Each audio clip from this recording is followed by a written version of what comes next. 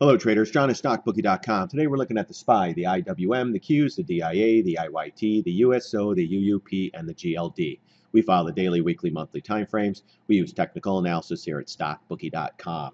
So I'm going to go right into the 10-minute chart on the spider just to show you something real quick. We had a nice gap up today and just a nice fade throughout the day, guys. That was some great action. I like to see that, especially if we're short the markets. We did almost come into double bottom here. With options X, you're not going to hit it because a lot of the prop traders, a lot of the guys like me are waiting down here around 232, even numbers, so they stop it before. A little bit of short covering at the end, though, because if you shorted it here and you're a short-term trader and you got a nice move on here, you're covering at the end of the day, and that's where you get the little pop-up. So daily chart, right into the 20 MA, boom, right back down. Again, if you're bullish, then you need to get above the 20 and the 50 MA and above this trend line, then get above the pivots, gap fill. We talk about this all the time in our videos if you watch them.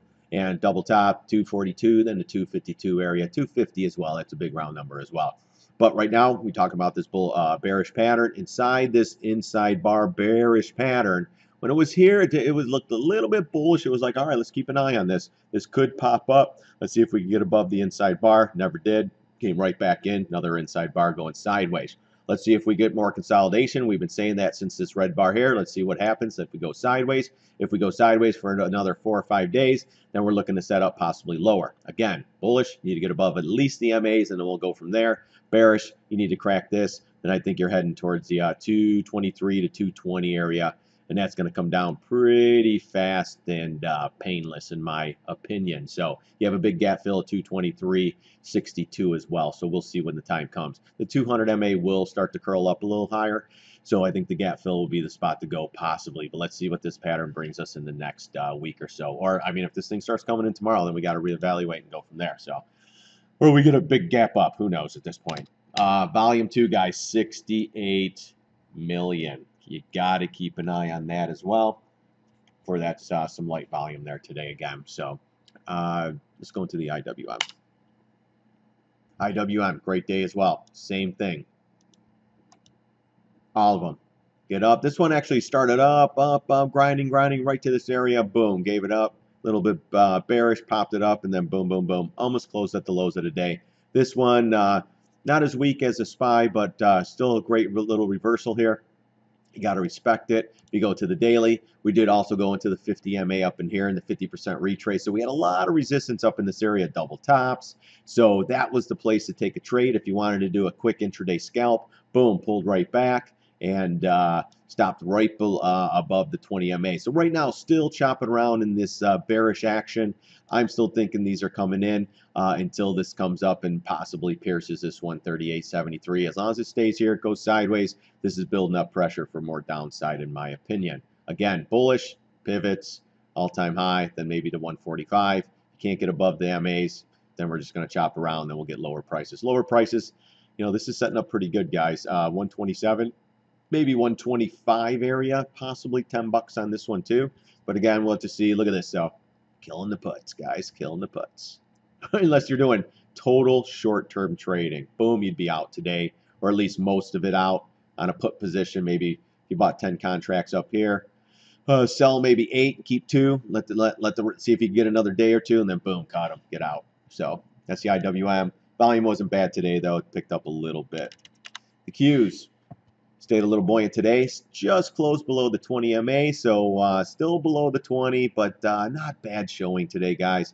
Got into this great resistance up in this area. That's where it pretty much just said it just couldn't do it anymore. Then seller came in, started distributing, and then this is what you get. You know, every boom, sell, go sideways, boom, sell, sideways, boom, sell. It's like the same scenario. Usually they stop, and then it pushes it up, and then some comes back in. Must have been a couple more sellers in this, guys. Usually it'll come up, then they'll do the next wave of selling. This time it was pretty consistent, so keep an eye on that. We did fill. Oh, we didn't fill the gap. Look at that. They bounced it up. Oh, I thought we did today. So they barely missed the gap here. So let's see if we gap down below it or what we do tomorrow. I honestly don't know. We're 5 cents up after hours, but what does that tell me? Go back to the daily here. Again, nothing wrong inside this bar, still chopping around, you know, just kind of rolling around here, guys. So really not telling us too much. I still think there's a little bit slightly bearish but being above the 50 and the 200 MA, still slightly bullish. Got to see more action in this one to see what it brings tomorrow and Friday. I want to see the weekly close on these charts too. The DIA though, guys, look at this. We talked about this bearish pattern. If you're bullish, you need to get above these pivots, above the MAs, just like the rest of the charts. Get above the pivot here, go to all-time high, and then maybe up in this area, 218 area. But until it gets above that all-time high, we're not going to have to worry about that. But this inside bar bearish pattern we've been talking about, guys, look, it's starting to play out. And this is a pretty good bearish pattern. So if this plays out, 186 area, 192 easily. You know, we still have some gaps, but this thing starts cracking, guys. I'll look for a slight bounce and then a rollover and comes right back in. But again, still early in the stages. We closed right at the pivot low today. We might have closed a little, no, we closed right on top of it. Pretty darn close. So we'll have to see. Still could bounce here. Let's see how it reacts tomorrow. Keep an eye on the DIA. Got smoked today with IBM. That Goldman continues to go down. Wait for the earnings, whatever other earnings are coming up in the DIA or the Dow. Take a look at those. If they get hit, this thing's going to be going downtown, guys. And a lot of these charts on the Dow, they're all high flyers. So be careful. IYT, same thing. Right back up. More distribution, guys. Look at that. Starts at the highs and comes in, and just couldn't do it anymore. Look, boom, over, down. So that's telling me someone's in there selling pretty good. Came right back up, though, hit the 20 MA and right down. We talked about this. Down, sideways, now bearish pattern. See if this goes sideways more, stays below the MAs. Let's see if it can get above it. That's still, so long as if it gets above the 50, then it's slightly more bullish, but then it's got the pivot, so on and so forth. Smaller term Fibonacci. You know, you're probably running into the 50% right here, the 382, pulled back. Now we're setting up. This is a little bit bearish, guys. So this kind of chops around down here on this green line in between the 20 and the green line, which is the 382 or the 618 coming up. This is where it's chopping around. So give us 4 or 5 more days of sideways here, then I think we're going down. So again, bullish above the MAs, pivot high, then we'll go from there. Right now, this is setting up pretty nice for more downside action. Again, earnings season's coming up. Anything's possible, guys. Light volume still, so just keep an eye on that. But it was a nice push up and right back down. So these charts are talking to us, guys. That's all I could say. And then the USO, oh my gosh, epic. We started adding to the SCO right here. I've been telling all you guys, do something right here. Start shorting. If it goes up in here, we're adding more. But you want to be in this thing short. Look at that today, guys. Boom. I got to show you the SCO. Look at this thing. Look at that thing took off. Our average price was right around 33.20, I think it was, or 29. And boom, we sold half today. And let's see if we could get another couple bucks, and boom, we'll be out of this trade. Maybe gap fill right in here. And then maybe let a quarter run, see if I could get the gap fill up in this area. But my gosh, look at that. Came right in this great area support. Boom. Boom shaka. So I hope some of you guys caught that trade. I talk about it all the time. Talk about this. This was a crap move. It was on BS. Blah, blah, blah. Go back to the videos, guys. Almost filled the gap and boom, right down. So I just wish we would have added more. But you know what? I don't care. My SCO is ripping heads off right now. Gosh, we might even be. I keep telling you guys. There's one of the lows. That's the all-time low right there. I still think we're coming in right around $7. Then we'll see how it reacts at 7.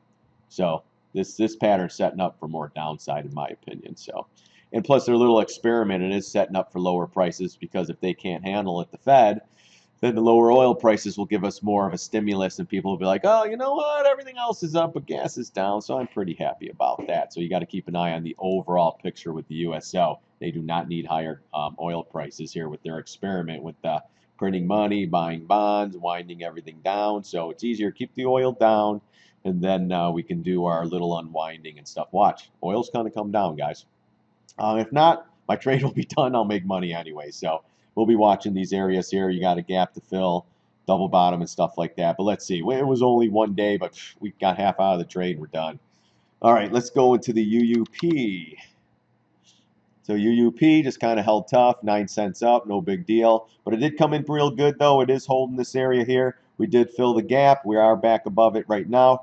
So let's see if we can slowly grind up. Again, I would still like to see down a little bit lower, but maybe that's not in it for the cards. Still have to crack this high pivot. That's going to be a big area.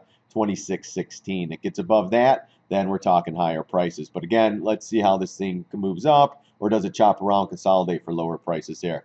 A little too early in the pattern, only 2 days, and we'll look at it on Friday with the weekly close. That will tell us a little bit more. Then the gold trade, gold was a little bit down. Good thing we did sell up here. We sold maybe about 50 cents higher, 75 cents higher. So that was the call. If it pulls back, you know, if we come back, God, if we came back to 114, I'd definitely be a buyer. I don't know if we'll come back that low. But if it does come back, we'll have to see how it reacts. It might just chop around here for the next leg up. Again, though, nice pullback. You got some people taking profits, just saying, hey, you know what? If we're in it with bookie from down at the 110 area, you know, some of you guys got in around 108, so you know that's a hell of a trade to 122. Just get out of it. We'll trade this thing again. We'll trade it every year, hopefully 10 times. You know, I don't care if it comes back down. We'll do it again long. But right now, I think we got a little more to go. I don't want to short gold here, especially thinking that the markets are coming in. So just let your long positions go. We have a half position now in gold. I'm going to let it ride. If it pulls back, maybe add, I don't know, maybe do a quarter again and a quarter. Take the profit, but then reallocate the money that I, sold up here, whatever, $6-7 lower, but just do a quarter position then. Don't go all in, not all in, but small position, just money management, guys, in these markets. That is key right now. So let's go Jnug. I didn't even look at this one today. A lot of stuff going on. Yeah, look at that. Right to that trend line. Yeah, that looks like they're, that's why I don't like this thing. Gold came back a little bit. This one came down 8%. So here's that area, guys. You're getting really, man, look at that. 4-day, I just, drives me crazy. It did hold this area, though. It gets below the 572 as well. It comes here. It's going to go to these areas, guys, right here. The 431 and 383. And then maybe, but again, we'll have to see how the markets react. There was some gold profit take in the last couple days, including myself. So I guess expect this one to come in a little bit too. So 4 days down though, gosh, and pretty good down days. That's why when you get a profit in this one, guys, you take it. Even if it's $1, $2, whatever, boom, done. I mean, look at this. You could have done it here. Doom, comes up, goes back. Could have been buying back here again. If you would have bought here, even at 625 and sold at 750, that's a pretty good trade. Comes back. You're buying back at this low end, at this low bar here. And you're back in at 572. Boom. Doing it again. So kind of like AMD, let it go up and down. Just play it. Don't get cute, but then if you're long term, if it comes back down to $9, $8, then buy it. Boom. Get in. Hold it long term. At least you sold at 15 and bought back at 9. I mean, that's a great deal. So that's on AMD at least. I know I'm off the subject, but a lot going on today. I love the action, guys. A little excited. Positions are coming in a little bit. We added some more today, so go to the StockBookie.com, sign up, become a member. It's free, and then you get our position list. We are 100% short in these markets, all in mostly high-flying stocks. And if earnings pops, we're going to start adding more shorts to our list because eventually this market will pull in, and when these high flyers come in, they will come in fast and furious, in my opinion. I've seen it before 100 times, and it's the same thing again. You get a stock that's extended on pretty much all the time frames. Eventually, you got to give it time to come in, and you take that trade in shares. Puts are a little bit tougher, but puts at this point, guys, if you hung around long enough, you could probably start to get interested. If you have any earnings like Amazon, the Googles, the Facebooks, if you get any pops on earnings, guys, buy some puts. Let the premium come out, and then, and let it go through lunch if you can, where it just floats and floats, and the premium keeps bleeding, and then boom. Don't go all in, small positions just in case. It is on earnings, could possibly move up, but at this point, if the markets continue moving down, a lot of these pops will turn into drops. So just be careful of that stuff. So be careful of this Jnug too. Again, if you go into this one, don't go in huge positions. If you can, if you can't handle a $10,000 position in this one with a couple thousand shares, because 2,000, 3,000 shares from 7. That's a pretty good knockout right there. It goes right back up, you make it, but that's when you just take the $6 and say thank you. When it comes back up into here again, then you think about shorting and stuff like that. So, all right, guys, just be careful in these markets. If you're long, tighten up the stops. If you're short, hopefully this could be our moment here in the markets. Again, thanks for watching my videos. God bless. See you on the charts.